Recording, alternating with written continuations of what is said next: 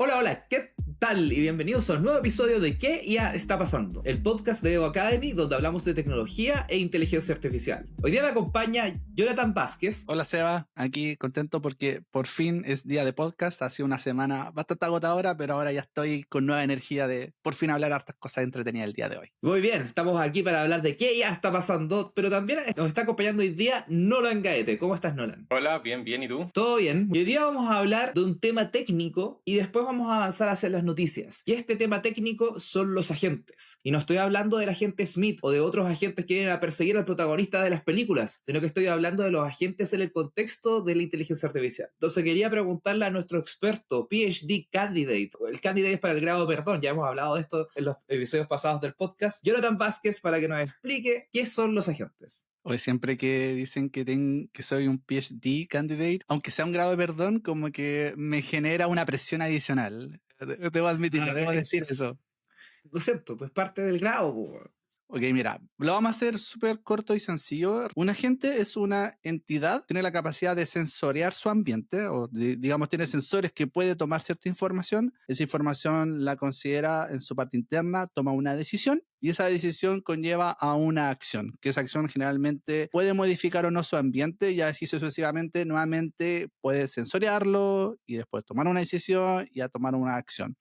Eso a grandes rasgos, es el ciclo que se cumple dentro de esta entidad. Entonces, si entiendo bien, esto lo están haciendo, pero también de manera autónoma, ¿no? Esa es un poco la idea. Dada esta característica de que puede sensoriar su ambiente y pueden tomar una decisión y accionar, eso les da capacidades de autonomía. Esa decisión generalmente está direccionada, o sea, hay algún objetivo que yo le puedo poner a esta entidad o que tiene esta entidad y que generalmente ese objetivo es maximizar algún desempeño. O sea, la decisión que toma no es como al azar, oye, yo tengo que tomar una decisión y la voy a direccionar a cualquier lado, sino que dado el objetivo que tiene esa entidad, voy a tratar de hacer el mejor desempeño. Ejemplos de esto son Alexa de Amazon, que se pueden ser un agente porque, digamos, escucha un audio que nosotros le estamos dando, que generalmente es una instrucción, oye, reproduce tal canción o le hago alguna pregunta en particular, y lo que hace la gente es que toma esta decisión de cuál puede ser la mejor respuesta y la entrega de vuelta, que esa es la acción que realiza según la pregunta que le hicimos. No, de hecho, por ejemplo, Alexa, cuando tú le preguntas algo un poco más general, como por ejemplo, oye, dime cuál es el clima en Santiago, que está mal dicho porque es el tiempo, pero bueno, cuál es el tiempo en Santiago, va a resolver de manera autónoma que tiene que ir a buscar la información a través de una API y volver a buscar ese dato en, no sé, weather.com o otros servicios similares y devolverlo. Pero tú nunca le dijiste a Alexa, dime cuál es la temperatura en weather.com, sino que Alexa es por sí misma la que resuelve el problema y no te hace a ti parte de la solución técnica. Exactamente. El otro ejemplo también, no tan complejo como en el caso de Alexa, son los sistemas de aire acondicionado. O sea, el sistema de aire acondicionado sensora a través del termostato cuál es la temperatura que tiene. Bajo esta información, toma este sensor, después va a tomar la decisión si es que está cumpliendo o no, digamos, la temperatura para la cual fue seteada que tenía que cumplir, y va a tomar la acción de aumentar más el ventilador o disminuir más el ventilador. Toma la decisión de ir haciendo estos cambios para ir cumpliendo el objetivo que le plantearon. Y eso lo hace también autónomo. Eventualmente no lo tiene que hacer, tiene que decidir si es que tiene que generar un ventilador para tirar aire frío o aire caliente o hacerlo en qué intensidad, uno no le dice eso. Solamente yo le dije, quiero esta temperatura, y es el sistema de manera autónoma que decide cuál es la mejor decisión para accionar. O sea, en resumen, es un sistema que se manda solo para poder hacer un objetivo. Es verdad, ¿no? Digamos, en resumen, sí. Podríamos decir entonces que los autos de Tesla, por ejemplo, estos que se manejan solo, también son un tipo de agente. Sí, mira, es que no hay que ir tampoco tan lejos. Nosotros los seres humanos somos un agente también. También recibimos estímulos y tomamos decisiones. Sí, Yo soy negro. oh, Claro. ¿Es elegido, no? eres el elegido. Hay varias cosas que me casan entonces. Okay. Hace mucho Okay. sentido. Hace mucho sentido. Sí, pues entonces, claro, el ejemplo que tú planteas del auto también puede ser considerado como un agente. Ahora, ¿por qué últimamente ha tomado tanto revuelo? Es un tópico que se está empezando a tomar más. Yo digo que por dos cosas. La primera de ellas es porque empezaron a surgir los modelos grandes de lenguaje, o los Large Language Models, que permitieron la capacidad, por así decirlo, de razonamiento de los modelos. ¿Qué es lo que se ha plantado, por ejemplo, a través de los Large Language Models? los investigadores empezaron a identificar que si yo al modelo le pido que cuando yo le doy una instrucción que piense el paso a paso, ojo, piense el paso a paso, pueden mejorar la forma de razonar de cómo llegar a la respuesta. Entonces, en vez de decirle, oye, mira, ¿cuánto es 2 elevado a 3? Entonces, lo que puede hacer ahora el modelo es decir, para poder llegar a calcular 2 elevado a 3, lo que tengo que hacer es multiplicar 2, después por 2, después por 2. Entonces dice, ok, siguiente paso ahora. Dado que transformé esto a una multiplicación, entonces voy a multiplicar primero 2 por 2. Después, siguiente paso, voy a razonar, o sea, el resultado que obtuve antes, ahora lo voy a multiplicar nuevamente por 2 y este resultado que tengo. Entonces, se ha utilizado mucho en que ha ido mejorando el razonamiento, ¿ya? Y eso ha entregado que entonces, ¿qué es lo que podemos hacer ahora? ¿Se acuerdan cuando yo les dije que un agente de manera interna puede tomar una decisión? Lo que empezaron ahora a identificar es, ¿qué hacemos ahora si a un agente que yo estoy, a esta entidad que estoy creando, yo le entrego al modelo, le entrego como modelo de razonamiento un modelo de lenguaje natural? Ejemplo, GPT-4 o GPT 3.5. Entonces, lo que le estoy permitiendo ahora a los agentes que puedo crear es que ahora le entrego un motor por detrás bastante potente para razonar y generar razonamientos bastante interesantes. O sea, por ejemplo, llevándolo un poco al extremo, si le pudiéramos dar un razonamiento mucho más elevado al aire acondicionado y tú le dijeras, la verdad es que quiero mantenerme con una temperatura agradable, y hubiera un agente que no solamente puede manipular el aire acondicionado, y en otras variables, eventualmente él tomaría la decisión, por ejemplo, de que es mejor que te traiga una agüita con hielo. O sea, de fondo, o no, o de fondo, si mi agente fuera capaz de, oye, ayúdame con la temperatura, claro, una cosa es prender el aire acondicionado, pero también puedo tomar la decisión de que en realidad te hace falta hidratarte, así que toma, acá está tu vasito, ¿no? Claro, si le damos la capacidad, porque esto es una cosa, a los agentes nosotros le decimos cuáles son sus capacidades de interacción. Entonces, asumiendo que ahora este sistema no es solo tirar aire, sino que también puede eventualmente decidir si es que ahora puedo generar un brazo y te paso una soda, por decir algo. Claro, puede eventualmente yo le entrego este motor de decisión y de razonamiento utilizando este modelo, que si lo empiezan un poquito más, igual es como, te va a reventar la cabeza, porque en estricto rigor, lo que le estáis haciendo, lo que estáis entregando al modelo ahora a un agente es toda la información con la cual fue entrenada el modelo, que es toda la información que está en Internet. Por ejemplo, estoy pensando entonces que lo que tú decías de, de los modelos de lenguaje enorme es el motor de razonamiento y después hay otro componente que son las herramientas. O sea, tenemos como dos partes de esta ecuación. Una es el hecho de que piense, por decirlo de alguna manera, o que pueda resolver un problema y que determine es mejor hacer esto y luego que efectivamente pueda ocupar ese esto como una herramienta. O sea, en el caso de esta agente refrescante, por ejemplo, de que pueda tener acceso al aire acondicionado, que pueda tener acceso a servirte un vaso de agua, en otros agentes podría ser, por ejemplo, el caso de Alexa, de que tenga el acceso a poder llamar al tiempo, porque eso lo hace de manera autónoma, tú no le das tu cuenta, no le das tu usuario, pero hay otras cosas que Alexa, por ejemplo, no puede hacer, porque no tiene las herramientas necesarias, aunque pueda ser capaz de pensar de que las necesita, ¿o no? Es igual interesante porque lo que ocurre hoy día y la forma en que se están empezando a construir los agentes hoy día es que yo le digo al modelo, además de tener esta capacidad de razonamiento, es decir, para poder yo llegar a la respuesta final, tengo que pasar por estas etapas, yo también le voy a decir, mira, tengo estas herramientas, tengo la herramienta que tú dijiste de entregar una soda, entonces, si quieres eventualmente entregar una soda, esta es la herramienta. También yo le puedo decir, oye, tengo la herramienta para tirar aire. Si quieres modificar cuánto aire tirar y si es calor o frío, esta es la otra herramienta. Y así sucesivamente. Y yo les describo cuál es la herramienta. Lo que han identificado hoy día es que el modelo, además de identificar cuál es el paso a paso, puede razonar de decir, teniendo todo este set de herramientas disponibles y sus descripciones correspondientes, también puede decidir cuál es la herramienta que tiene que utilizar. Y eso es... Ahora, ¿por qué de dónde viene esto? Que esto también es un poco interesante. Hay un framework que lo generaron investigadores de Princeton y de Google.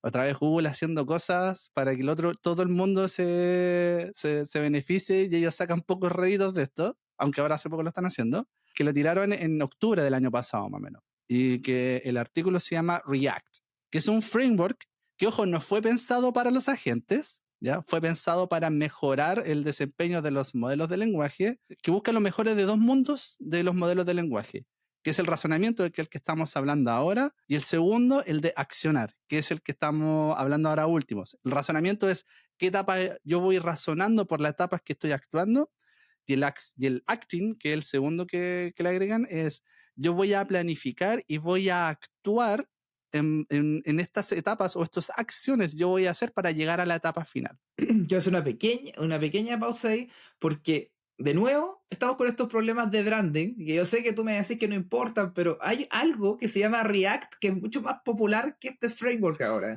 que este framework que tiene que ver con el lenguaje de programación, que si no me equivoco este fue inventado por actualmente Meta, anteriormente llamado Facebook, que en el fondo permite que tú podáis programar de cierta manera, que no es este que tú me estás comentando. No es este, por si acaso, por nuestra audiencia técnica que de repente puede haber escuchado React y debe estar pensando, ¿esta es la misma cuestión? No, no es la misma cuestión, que hay mucha gente que se dedica su vida a aprender a programar como React. Hacer front-end. No, sí, no es no es herramienta. No estamos hablando del framework para desarrollar páginas web, no, ese no. No, estamos hablando de otros, React. ¿Y por qué se llama React? Porque la RE viene de reasoning, que es esta capacidad de razonamiento de los modelos de lenguaje, y el act viene de acting, que es también otra forma, otro enfoque de los modelos de lenguaje, que es yo utilizo este modelo para decidir cuál es la acción que yo tengo que hacer para poder cumplir mi tarea final. Lo que hizo la gente de Princeton y de Google dijeron, si es que combinemos lo mejor de estos dos mundos. ¿Por qué lo mejor de los dos mundos? Porque si yo hago razonamiento por sí solo, hay un problema ahí.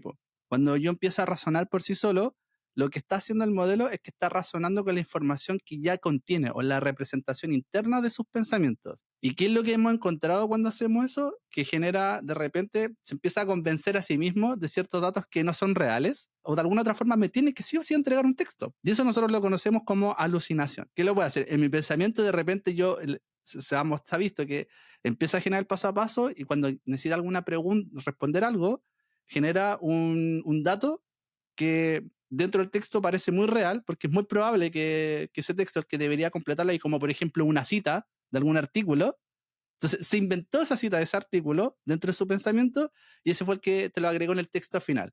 Ya, ese es el problema de los razonamientos. ¿Cómo solucionáis eso? Dándole acceso a datos que donde pueda verificar si esto es así o no. ¿Y cómo yo lo puedo hacer ese acceso a datos reales o no para yo poder verificar y no generar datos falsos?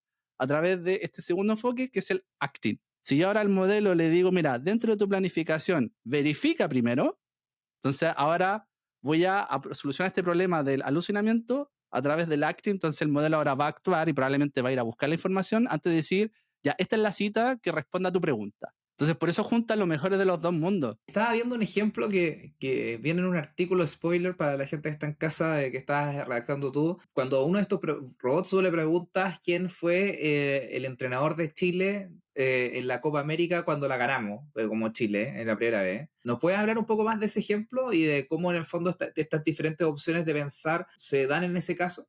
Bueno el ejemplo, y ahí está un poco de lo que yo le estaba hablando ahora. ¿Es bueno porque lo escribiste tú? Obvio. No, bueno, porque en el tutorial vemos un poco el ejemplo de lo que yo estaba hablando ahora. Por ejemplo, alguien puede decir, oye, pero ¿para qué voy a usar un agente en saber esa información? O sea, yo le puedo preguntar directamente al modelo de lenguaje diciéndole, mira, este es el texto, esta es mi pregunta, respóndemelo de vuelta. ¿Cierto? Yo lo puedo hacer eso hoy día. Me puedo meter, es que ChatGPT es un agente, entonces no es el mejor ejemplo, pero yo me puedo conectar directamente al modelo, enviarle este prompt y que me dé de vuelta el texto final. Lo que puede ocurrir ahí es que, por ejemplo, yo le puedo estar preguntando información que no está contenida o no la ha aprendido, porque recordemos que el modelo está hasta el 2021, septiembre del 2021, si no me equivoco. Entonces, por ejemplo, yo le puedo preguntar, ¿cuál es el presidente actual de Chile? Y lo más probable que me va a responder es, el 2021 ya estaba Piñera, ¿cierto? Sí, si te va a responder, se va a estar Piñera probablemente. Entonces, lo que me va a pasar ahí es que, claro, me va a responder con eso de vuelta y ahí se puede equivocar.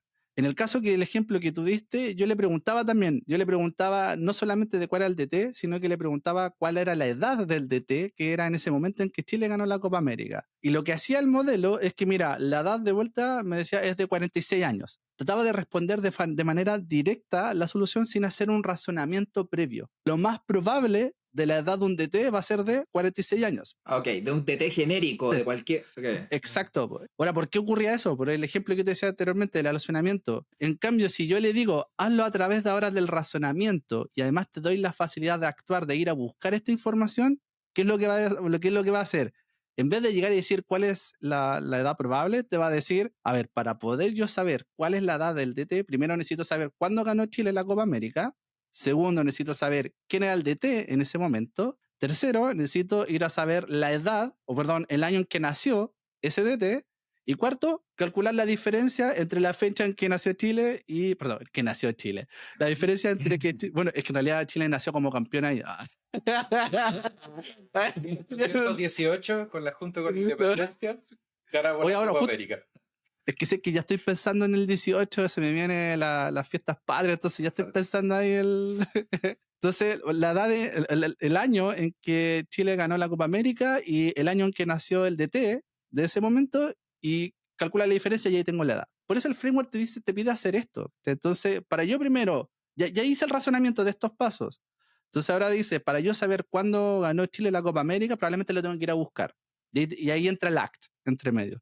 Dice, yo lo voy a ir a buscar, lo traje, el año, entonces ahora tengo que ir a buscar que en el DT, también lo puedo ir a buscar, lo traje, y así sucesivamente. Y esa es un poco la lógica, es yo pienso, necesito hacer esto, actúo, después de ese actúo, yo recibo una información, que en este caso puede ser el año en que Chile ganó la Copa América por primera vez, y después de eso vuelvo a razonar sobre qué es lo que ahora necesito, y así sucesivamente. Oye, y me quiero mover un poco hacia las aplicaciones de esto, porque ya entendí más o menos que esto en general es un agente autónomo, que este agente autónomo divide su pensamiento entre razonar y actuar y puede iterar entre esos para llegar a un objetivo. Pero entonces estoy pensando en cómo se podría aplicar fuera de los ejemplos que hemos hablado, y tengo algunas cosas anotadas por si me quieren complementar. Primero, simulaciones. En el fondo yo puedo colocar diferentes agentes teniendo diferentes objetivos, como en la vida real, que de repente hay gente que su objetivo, por ejemplo, es hacer una cosa, y interactúa con gente que su objetivo es otra cosa, entonces los ponía a interactuar y ver cómo se resuelve esa situación, dado que los dos agentes tienen objetivos distintos. O dos en este caso, pero en realidad hay más. De hecho, hay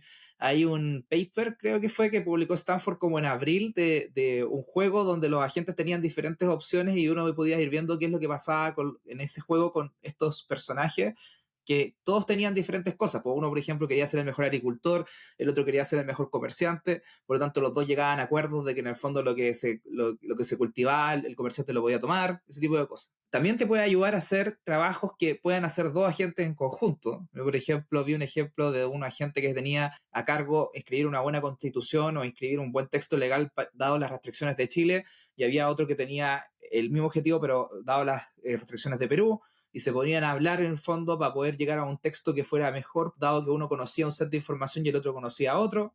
Ese, si no me equivoco, tú estás hablando del ejemplo que hizo Daniel Ávila de Houdini, pero él hizo con las leyes, si no me equivoco, de inteligencia artificial. Ah, ok, además. Sí, entonces, pero lo que quiero llegar es que hay dos agentes que están iterando para poder llegar a un objetivo que cada uno resuelve por separado, pero cada uno de ellos tiene las diferentes restricciones o diferentes bases de información. Y también, bueno, obviamente está el tema de ayudar a programar. En el fondo tú podéis pasarle como programa un sitio web que tenga un formulario de contacto y que, no sé, me diga tenga un vínculo a todas mis redes sociales y eventualmente encontrar una solución para eso. Y también estaba pensando en el tema de los asistentes como el Siri que tú hablabas, que hoy día, por ejemplo, Siri, oye Siri, llámame a tal persona, llama a Jonathan, y lo que va a hacer es intentar ejecutar la función del teléfono y te va a intentar llamar. Pero si tú no contestas, se acabó, ¿cierto? En el fondo no va a probar, por ejemplo, llamarte por WhatsApp. Estos agentes tú le das un objetivo y le das un set de herramientas, no solamente se va a agotar cuando la primera herramienta no funciona, sino que va a ir a buscar otras herramientas para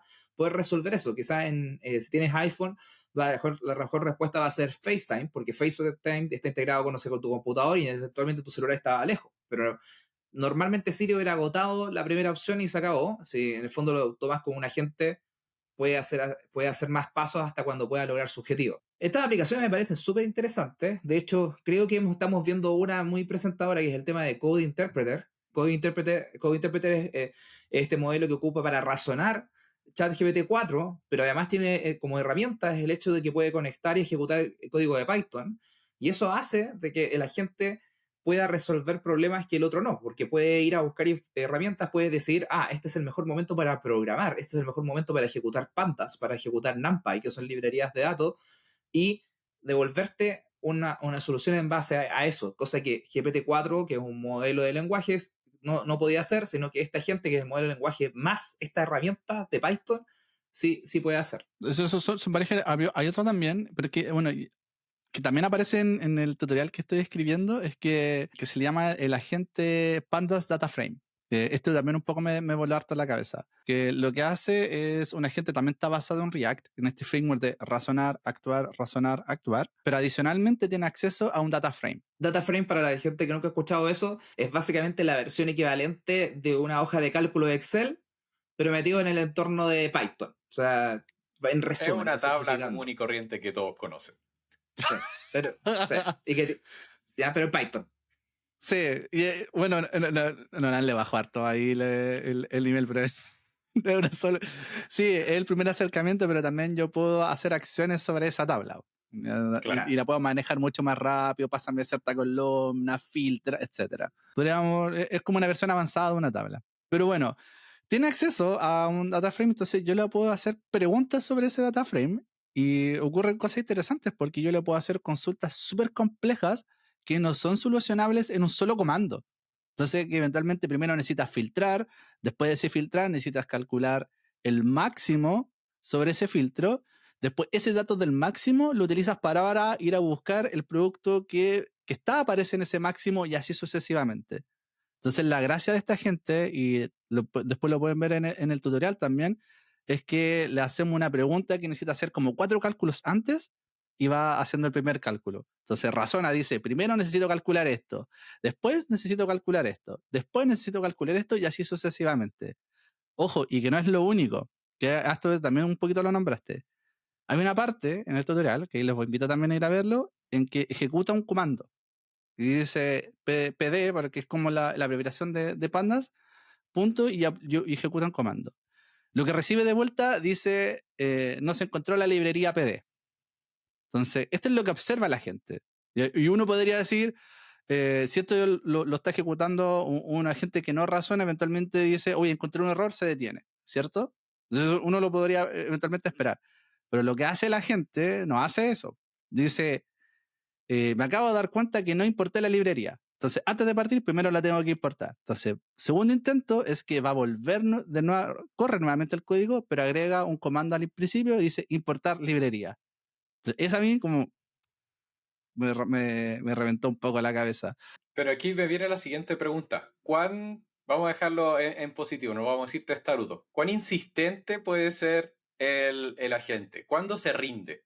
Para la gente el tema de evaluar cuándo termina la función es todo un tema, es un desafío importante. De hecho, si tú te pones a jugar un poco con Code Interpreter, hay veces que Code Interpreter termina y en realidad lo que generó no era útil. No solamente no era útil, sino que está errado, por ejemplo, o importó mal la librería y nunca se dio cuenta que los datos venían en blanco. Es complicado para estas herramientas evaluar. De hecho, parte de los desafíos que tienen estas herramientas, según lo que hay varios artículos en internet que hablan de esto, es que uno es el tema del set de herramientas, qué herramientas pueden acceder y cuáles pueden ocupar. Dos, en el fondo, cuáles herramientas no debieran ocupar, en el fondo de que yo te diga algo y que tú interpretes que vas a necesitar este software determinado para poder resolverlo. Por ejemplo, sin ir más lejos, Nolan ocupa Excel para planificar todo en su vida y no necesariamente necesita todo en su vida. Entonces, yo ahí creo que el agente Nolan está sobreocupando Excel como herramienta. ¿Ya? Entonces, ¿cómo desafío para que no ocupe Excel para todas las cosas en su vida? ¿Ya? Me enseñan Y, Python. bueno, no sé si lo estoy mejorando, pero bueno. Y el último desafío que haya leído es el tema que estás hablando tú, el tema de que cómo la herramienta entiende que hizo el trabajo suficientemente correcto. Esas son cosas que hacen que los agentes hoy día no estén tan distribuidos, porque en el fondo, claro, ahora aún seguimos hablando de esto y mucha gente que nos está escuchando en el podcast de decir que esta es la primera vez que lo estoy escuchando, esta es la primera vez que lo escucho con este nivel de detalle, y es precisamente por eso, porque hoy día es todo un desafío resolver esta pregunta que tú tomas, Nolan. Sí, de hecho es buena la pregunta porque lo que he notado anteriormente, eso nosotros lo controlábamos, los agentes, porque tú le definías ahí una métrica y es en base a esta métrica, evalúalo. Claro, era un mundo súper controlado. Es, por ejemplo, en el caso del sistema del aire acondicionado, era re fácil saberlo porque tenía que medir la temperatura, cuál es la temperatura actual y tengo que medir hasta dónde tengo que llegar y listo, ahí es fácil saberlo. Pero eso es algo súper controlado en un mundo demasiado ideal. Lo que ocurre acá es que ahora le estás dando al modelo, al lenguaje natural, al modelo grande, al Large Language Model que tiene dentro, en el proceso de razonamiento, decidir él cuándo termina. De ahí, pucha, entran varias preguntas, porque entra lo que se llama el black box. ¿Cómo yo le puedo decir al modelo si no sé ni siquiera cómo está razonando por detrás? Yo veo el razonamiento, puedo interpretar los razonamientos que hace, pero cómo llegó a decidir que se acabó, o como hay un ejemplo muy bueno que hace Daniel Ávila también, y le hizo la pregunta de calcular cuánto había que pagarle a Messi para llevarla a un club en Argentina. El punto es que empieza a razonar y dice, oye, para llevar al club necesito saber cuántos hinchas son del club, y tiene una información que no la encuentra en un momento. Pero sí lo que hace es que dice, ¿sabéis qué? Voy a buscar los habitantes que están en esa ciudad donde está el club alojado y voy a estimar que el 10% son hinchas. ¿Por qué decidió el 10%? ¿Por qué no 20, no 15? En estricto rigor uno debería meterse como al modelo, cómo funciona, pero estos modelos son tan grandes, tan profundos, que nosotros seríamos incapaces de definir por qué llegó al 10%.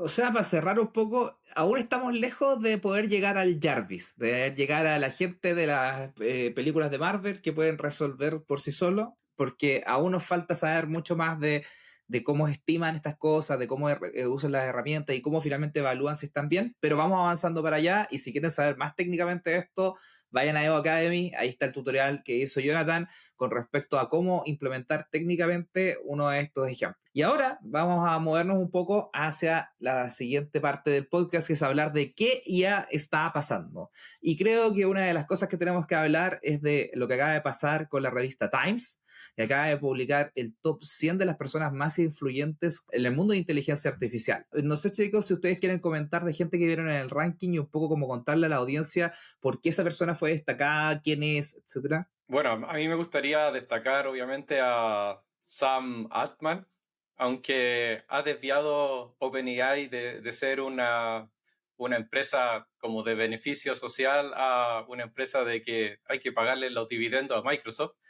Sin embargo, pese a eso, hay que decir que han hecho un excelente trabajo sacando muchísimas herramientas y que actualmente varios de nosotros ocupamos. Y me gustaría obviamente hacer una mención honrosa a Jensen Huang, que es el CEO de NVIDIA, que es la empresa que de hecho la última semana se ha disparado de una forma impresionante. NVIDIA es la empresa que crea los chips que utilizan dentro las tarjetas de video. ¿Cuál es la gracia de las tarjetas de video a diferencia de los procesadores normales que nosotros encontramos, las CPU, y que pueden hacer cálculos en paralelo? Son menos específicos que las CPU, por tanto pueden hacer muchos cálculos bastante más rápido. ¿Qué pasa con todo esto? Que al final estas son las tarjetas, son las herramientas que se utilizan en inteligencia artificial, que obviamente, como ustedes saben, está en boga de todos. NVIDIA hoy día es como la base técnica para todo el boom que estamos viendo ahora. Absolutamente. En mi investigación yo uso mucho las GPU y la mayoría son de NVIDIA. Sin NVIDIA no sé si es que hoy día hubiésemos podido lograr. Probablemente hubiese sido otra empresa. ¿Sí? Pero hoy día muchos le debemos varias gracias a NVIDIA. Y no solamente hardware, sino que NVIDIA también ha desarrollado harto software sobre su mismo hardware. De hecho, lo que puede ser quizás más avanzado dentro de su desarrollo es una forma de simulación similar al metaverso, y la idea de NVIDIA es que esto pueda ayudar a hacer esta realidad aumentada para cualquier servicio. Y ahí también le están colocando hartas lucas. No. Nadie te pasó el memo, pero nadie más habla del metaverso. Eso ya no se habla. Ya... No, No, es una pero palabra prohibida. Si no lo vaya a ocupar de mal ejemplo, no lo podía ocupar. Ese es el código hoy día. Pero la realidad aumentada, ahí está la gracia. No el metaverso full, sino que la realidad aumentada. Es decir, ponerte las gafas y decirte, así como ayudarte, por ejemplo, a los técnicos, decir, mira, esta es la pieza que está mala, ¿cómo lo puedo tomar? Y cosas así. Sí, Jonathan, ¿hay alguna persona que te sorprendió en el ranking o que crees que tiene bien merecido su puesto ahí? Voy por Andrew Ng primero, que desde el ambiente académico es una eminencia. Quiero Tiene hacer su una pequeña encuesta aquí de todos los presentes. ¿Quién de aquí ha estudiado con algo de Andrew Ng? Yo. Oh, De hecho, Yo. fueron los primeros Listo, cursos que cool. tomé sobre Machine Learning. No. Y la típica frase es como, esto es fácil, no te preocupes. No, qué fácil. Porque decía, esto hay muchas cosas por detrás, sobre todo cuando hablaba sobre backpropagation. Oh, qué terrible.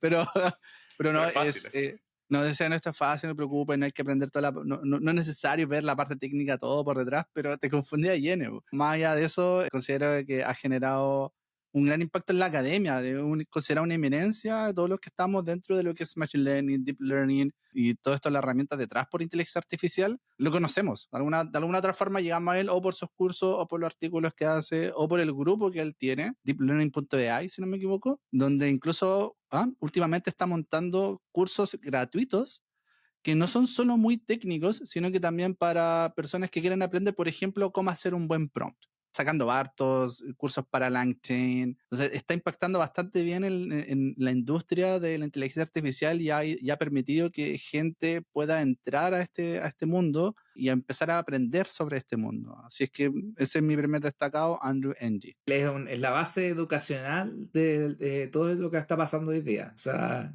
viene educando sobre estos temas desde mucho antes de que fuera mainstream y ahora que es mainstream sigue haciéndolo. No es como que se está solamente dedicando a cultivar los frutos de eso, sino que sigue en ese tema. Y entonces creo que ha sido una persona como vital para el boom que estamos viendo hoy día de esto. Y la segunda persona, que estuve entre dos, yo debo admitirlo, pero con el objetivo de equiparar, digamos, el género, y sobre todo, más encima, por la persona que va a enunciar, también habla sobre esto, a la persona es Timothy Hebrew. Ella fue la ex chica de Google. No sé si ustedes han visto en Netflix una serie Decoded Bias.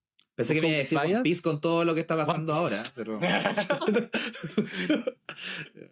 Decoded Bias, ¿ok? No, creo que es Coded Bias, no Decoded Bias, es Coded Bias. Sí, Coded Bias. No sé si la han visto en Netflix, bueno, es un documental que se los recomiendo, bastante bueno. Hay un artículo que sacó ella con otra chica más, que hablaba sobre los sesgos que existían en los sistemas de reconocimiento facial comerciales que estaban boom en ese momento. Los que ya descubrieron es que estos sistemas de reconocimiento facial eran malísimos en detectar caras de mujeres negras o afroamericanas.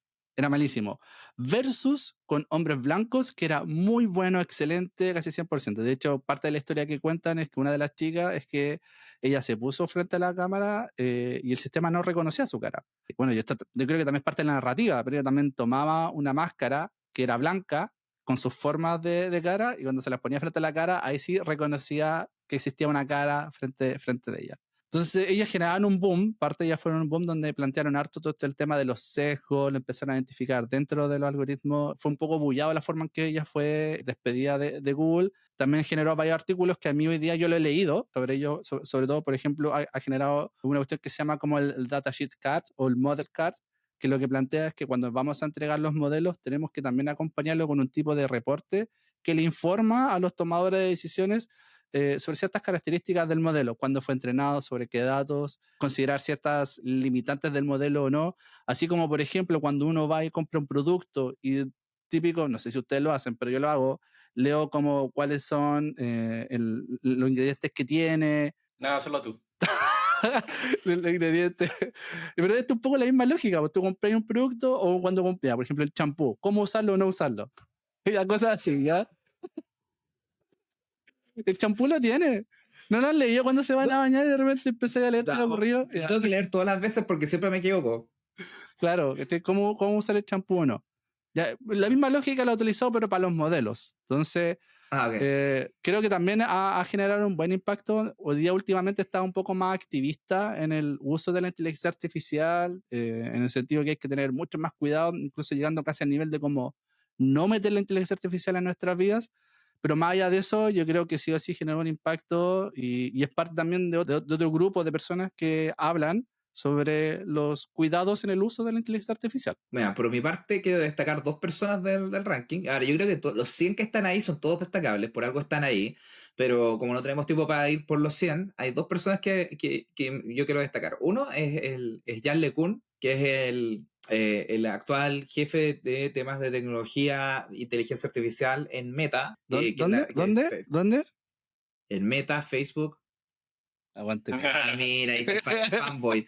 Para la gente que nos está escuchando en audio nomás, acá Jonathan acaba de hacer un corazoncito como con la mano Volando, para sí. mostrar de que es fan número 1, fanboy, le hace 5.000 queques a Mark Zuckerberg, todo. ¿Puedo hacer después un disclaimer de eso? Dale, poder.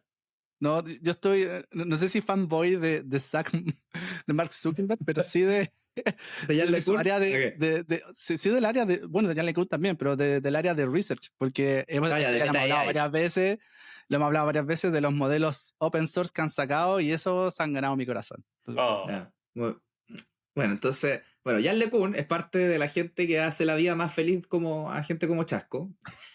Y Jan LeCun no solamente es ahora la cara visible de esto en Meta, sino que además él, antes de que esto fuera mainstream, estaba haciendo todos los papers que fueron fundacionales para esto. O sea, es tal el impacto de lo que era el hecho de que cuando yo vi esta lista, fui inmediatamente a buscarlo a él. Porque dije, si esta lista no lo tiene a él, es una mala lista. O sea, esa es como mi definición de lo que ha hecho. Entonces, si no lo siguen en LinkedIn, les recomiendo que lo sigan. De repente se pone mucho más técnico, aún mucho más técnico que de repente cuando nosotros nos vamos en lo técnico, pero igual es interesante leer lo que está diciendo. Y la otra persona que quisiera destacar, y acá quiero ir a Plaza Italia, porque salió... porque salió un chileno. Somos el mejor país de Chile, güey. El mejor país de Chile. Cristóbal Valenzuela. Que Cristóbal Valenzuela, cofundador en Runway ML, que ya lo hemos tocado en varias noticias semanales, etcétera, pero es una empresa que hoy día permite hacer videos con un prompt de inteligencia artificial. Por ejemplo, volcán explotando y hace un volcán y lo simula, etcétera. Que hoy día, si uno ve las imágenes, de repente se queda con la idea de que esas imágenes no son necesariamente como tan realistas, entonces de repente no puedes llegar y ocuparlas en una producción, pero sí sirve sin duda para todo el proceso intermedio y sin duda es una empresa que está convergiendo cada vez más, hay cada vez cosas más maravillosas en lo que sacan ellos para poder hacer producciones con instrucciones de texto, lo cual me parece maravilloso. Cristóbal es parte de un equipo de 3 cofundadores, en el cual hay otro chileno que se llama Alejandro Matabala Ortiz y hay un griego que no puedo pronunciar, así que no me voy a entrar ahora a decir su nombre. No te quiero arriesgar.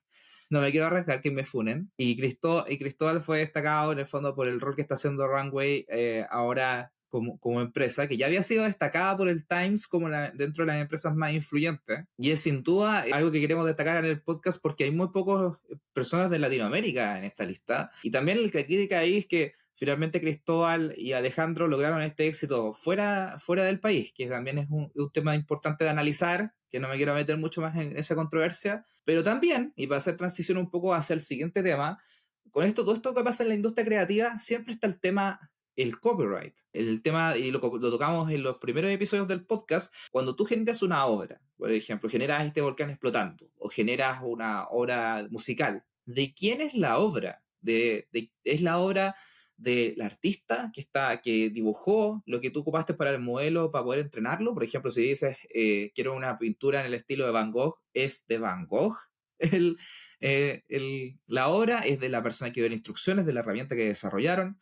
Entre otras preguntas que nos hemos hecho en otros episodios.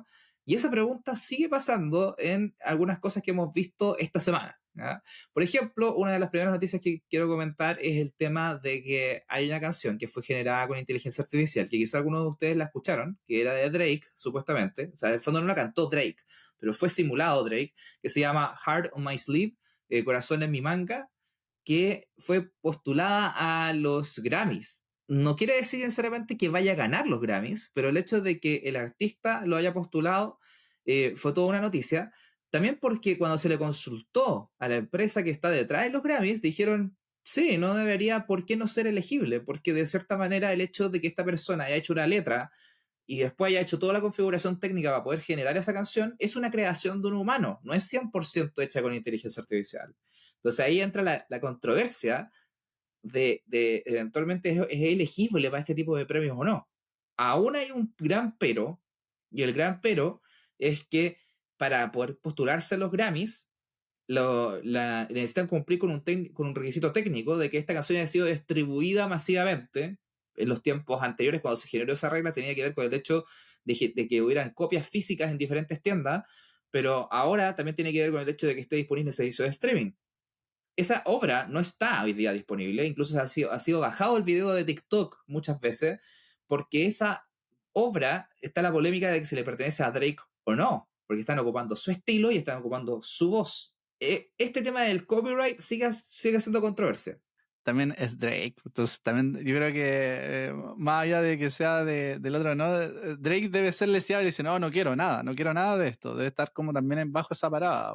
Sí, bueno, Drake es una figura bien controversial. Sí, pues por eso digo, es súper bien controversial. Yo creo que va por ahí también. Y este tipo que generó la obra que se llama Ghost Rider, también ahora decidió salirse un poco del universo de Drake. Y le acaba de lanzar una canción que si no me equivoco hizo con un grupo que no me acuerdo el nombre ahora, 21 algo, y con Travis Scott. Y él publicó esta canción y puso el video, etcétera, pero al final le da un llamado a los artistas y le dice, yo quiero publicar la canción, si tú estás de acuerdo, yo te paso todos los royalties. O sea, a mí no me quiero quedar con esto. ¿Ya? Y entra el tema de que acá como creador de este tipo de cosas, de repente tú querís un poco visibilidad, pero no te querís adjudicar al artista. Ese es su parada hoy día.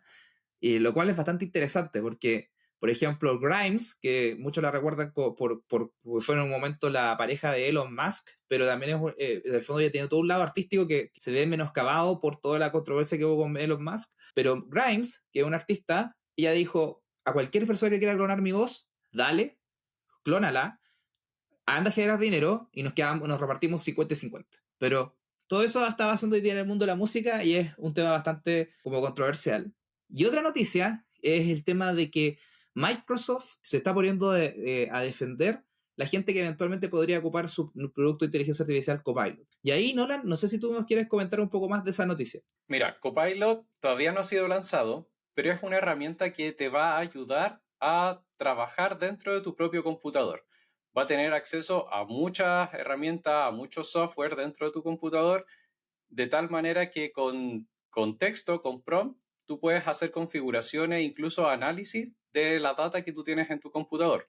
Entre todas esas cosas, eventualmente tú podrías generar análisis o generar código o quizás qué otras cosas le van a poder incluir a Copilot que eventualmente pueden tener cosas con copyright, algún trasfondo, alguna referencia con copyright. ¿Y qué pasa acá? Microsoft dice, tranqui perrito, no, tranquilo usuario, yo vengo aquí con mi set de abogado y te vamos a defender ante cualquier cosa, porque nosotros estamos seguros de que esto sí te corresponde usar y no deberías tener ningún problema. Wow, y ahí esto me recuerda mucho a una conversación que tuve con una empresa, que obviamente no voy a revelar, una empresa grande de Chile, que hablábamos de cómo ellos podían ocupar Midjourney, que es una herramienta que tú le das instrucciones y te genera imágenes, ¿ok?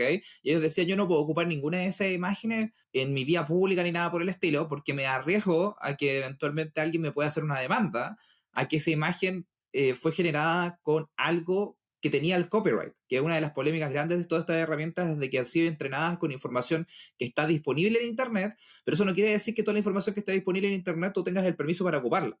Entonces aquí viene Papi Microsoft, Papi Gates, Papi Satya, vienen todas las calilas, los mojojos de Microsoft a decir, mi modelo ha sido entrenado con data segura, lo que tú generes con mi modelo, lo que generes con mi copilot, tú lo puedes ocupar y si alguien te llega a demandar, aquí estoy yo, aquí está Papi. Eso yo creo que es una gran noticia como para poder liberar estas dudas que uno tiene del tema de inteligencia artificial y de cómo puede ocupar a gran escala, no solamente a temas como chiquititos como modificar un archivo, sino que sacarle incluso plata de esto. O sea, en el fondo yo agarro algo de inteligencia artificial, lo genero y después no me tengo que preocupar si alguien me va a demandar después. Hay que colocar quizás en contexto de que esto no es primera vez que pasa. Esta seguridad viene de otra empresa también que hizo algo similar, que fue Adobe, que es el dueño de Photoshop, Illustrator y distintas otras herramientas de multimedia. Ellos también dijeron, nosotros estamos seguros que nuestra herramienta de inteligencia artificial para editar video, para editar imágenes, está entrenado solamente con nuestra base de datos. Así que si alguien te llega a demandar, da lo mismo porque nosotros te vamos a defender y nosotros tenemos todos los argumentos para decir esa imagen fue creada con nuestro permiso porque fueron nuestras imágenes. Pero a mí igual, aquí me pasa algo tanto el ejemplo que de la primera noticia con la segunda, que también voy a citar una sección que tú la usaste antes, Seba, que es como el señor IA. No es que la IA lo haga, po. Al final es según como yo utilice la IA o la instrucción que yo le estoy dando, es el resultado que yo tengo. Entonces, la canción que acá creó, que simuló la voz de Drake o de los otros artistas, al final es yo la forma en que lo hice es que genera esta canción final. ¿Cachai? Entonces, yo creo que lo que está en copia aquí es como si yo busqué que fuera igual a esa persona, probablemente hay copyright. Es como, oye, toma esta canción y créala igual. Ahí claramente hay un copyright. ¿Cachai? Pero el problema es de que si yo me quiero basar en estos artistas, tanto en algo de Microsoft o como en el caso de Adobe, si yo me quiero basar, que es como la influencia que tienen cualquiera, todos siempre estamos influenciados por algún artista previo o estamos influenciados por algún otro programador o por alguien, de alguna u otra forma eso después nosotros creamos algo intermedio y nuestra creación es que cómo le estamos pidiendo a la inteligencia artificial hacerlo. Si al final del día la inteligencia artificial es una herramienta nomás. ¿Sí? Entonces, mi visión de día de mañana es que comparto que tiene que ser probablemente dividido, pero así como llegar a eliminarlo y decir que es totalmente copyright, no sé, yo creo que es más una influencia que finalmente una copia total de. ¿Qué? Bueno, es que de hecho, ahí hay otro punto del tema de los derechos de autor, porque claro, está el derecho de autor de lo que alimentó el modelo, ¿cierto? En el fondo, si es que hay derechos sobre la voz de Drake o sobre su estilo musical o sobre otras cosas que se han ocupado para entrenar ese modelo, ¿cierto? Ese es como el input, el derecho de autor de lo que vas a meter al sistema. Después está el derecho de autor del sistema mismo, o sea, ChatGPT, Bard, Llama, etcétera, o MusicGen, etcétera, esa herramienta tiene derechos de autor también, es una cosa. Pero el que se está como hablando harto de temas controversiales es el tema del derecho del output. O sea, una vez que sale esa canción del sistema, de que todo se fue procesado y esta persona lo creó y que, como decías tú, hay una obra artística de él también ocupando esto como una herramienta y tú nunca demandáis al martillo, por ejemplo, como herramienta en sí misma por derechos de autor, ¿cierto? Esa creación tiene derechos de autor y esa discusión hace pocas semanas se llevó a cabo en Estados Unidos con imágenes generadas por Midjourney, porque el contexto era que en general alguien quería tener derechos de autor sobre esa imagen, sobre el prompt que esa persona generó y generó una imagen, quería decir, esa imagen ahora es mía, y yo tengo los derechos para eso. Y un juez en Estados Unidos determinó de que eso no era así, de que esa persona no podía tener copyright sobre eso. Y eso en Estados Unidos, contexto para la gente que no conoce el sistema legal de Estados Unidos, cuando un juez hace una regla, eso se tiene que replicar para todas las otras, para los otros estados y para otras jurisprudencias. Es básicamente alguien hace una regla y el resto la tiene que copiar. Esto hace de que todas las creaciones finales no puedan tener copyright en este contexto, lo cual es bastante polémico. Mi primera como respuesta a esto es que no hay copyright. Según yo, no hay copyright. A menos que tú intencionalmente dijiste quiero ser igual a esto. Y ahí hay esa intencionalidad es la que uno puede hablar, pero eso lo hace también incluso los artistas sin utilizando inteligencia artificial. Porque los artistas hoy día cuando crean música, ellos tienen influencias y en base a esas influencias crean nuevas canciones. Entonces, también te la pregunta, si lo hacemos con inteligencia artificial, que también reciben estos datos, esta influencia, y yo de alguna otra forma manejo la inteligencia artificial para que aparezca una nueva canción con algún otro estilo, pero tiene esta influencia, ¿qué pasa en el caso de los artistas? Como que ellos también escuchan otras canciones, escuchan harta influencia de varios artistas y sobre eso generan algo nuevo. Las canciones que ellos crean, los otros artistas con lo que él escuchó, ¿también no tendrán derecho sobre eso? Probablemente aquí entra ya oye, estáis comparando los humanos con la inteligencia artificial, etcétera. Es un ejemplo muy absurdo, pero un poco es como esa la lógica. ¿Entiendes? Quiero ir más un poco a la lógica que hay por detrás. De por sí, para mí, no es un copyright. Si es intencionado, ahí sí, pero así como porque sí, porque aparece y usaron mis datos, etcétera, no sé, yo creo que no. Por ahora es complejo. Complejo. Por ahora probablemente puedo cambiar en el futuro, puedo tener otra visión, ¿sí? Pero al menos el día de hoy mi primera respuesta es que no lo es, a menos que sea intencionado a que sea igual a. Es un tema bien controversial esto de la música. Y nos daría para todo un episodio grande, de hecho, como el episodio que tuvimos al principio del podcast, por si alguien lo quiere a revivir. Aquí podría estar metido incluso Cristóbal Valenzuela, por The Runway, que es como empezar a crear estos videos. También está metido lo que hace ahí.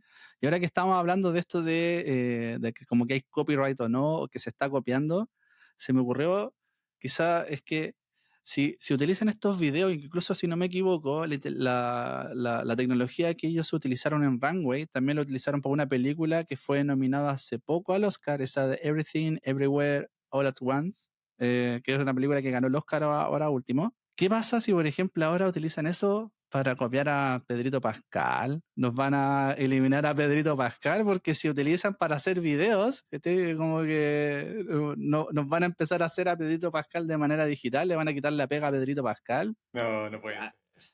No puede ser. Ahí sí hay copyright, ahí sí hay copyright, ahí sí hay copyright. Hay que protegerlo a todo costo. Sí, a todo costo. Ahí no, demanda, copyright sobre todo, ¿no? Con Pedrito Pascal no se metan. Tiene que cuidar a muchos niños en distintas series.